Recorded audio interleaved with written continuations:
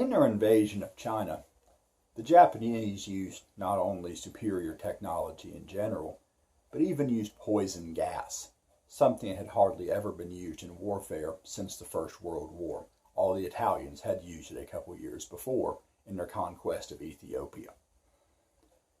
The Japanese were also remarkably cruel to the civilian populations they encountered.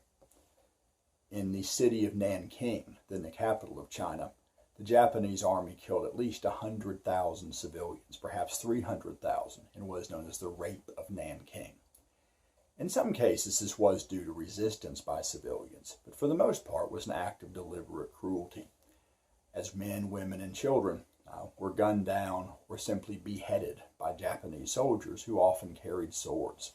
There was even a case of Japanese soldiers organizing a competition involving cutting heads off of the prisoners they had captured. The Japanese even sank an American warship, USS Panay, a small gunboat patrolling a river flowing through Nanking, when it sunk by a Japanese warplane. Fortunately, the ship sank slowly, and very few lives were lost. But the United States were so eager to avoid a conflict that when the Japanese finally offered a half-hearted apology and offered to pay a small fine, the United States eagerly accepted that apology and fine rather than have another world war of our own. The Japanese came out of this convinced the United States were weak and unwilling to defend themselves. In fact, while the Japanese had claimed the sinking of Panay was an accident, in fact, they had deliberately sunk the ship to see how the United States would react. And again, had concluded the United States would not react to provocations.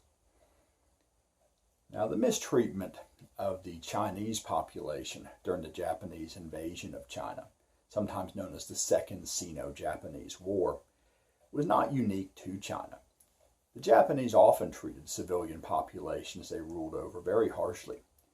In Korea, which the Japanese had formally controlled since 1910 and held some control over for over a decade before that, many women were forced to serve the army as prostitutes, known as comfort women, under the logic that this would prevent the army from needing to gang rape civilians in other parts of the empire that they occupied, although in fact that was sometimes policy as well.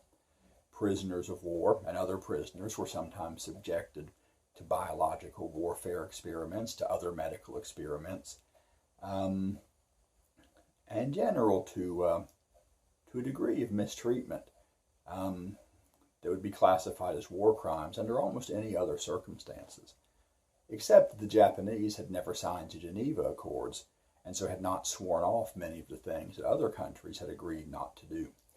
Indeed, after the war, when there was an attempt to prosecute some Japanese soldiers and officers for cannibalism conducted upon prisoners at POW camps, it was discovered that cannibalism had never been outlawed under the laws of war because no one had ever thought you would need to.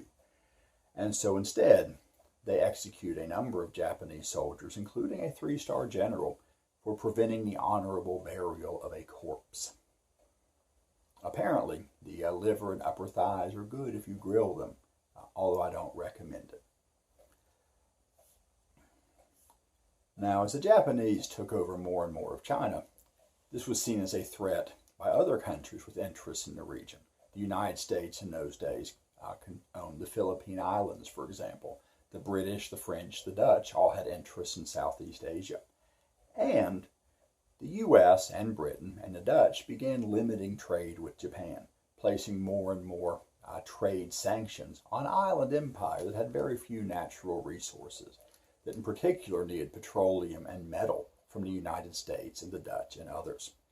The Japanese became increasingly desperate, eventually feeling they needed to make a bold move to seize more territory, more resources, and hopefully deal a decisive blow to their enemies' fleets so that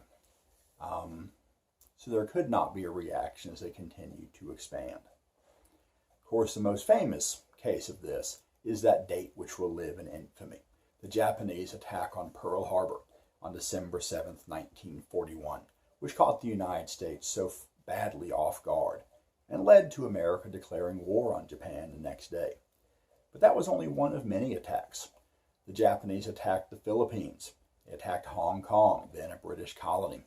They attacked British and French and Dutch colonies throughout South and Southeast Asia, taking over almost all of what is now Vietnam, Cambodia, Laos, Malaysia, Indonesia, Singapore, Myanmar, East Timor, and some other territory within about 5 months or so of the attack on Pearl Harbor.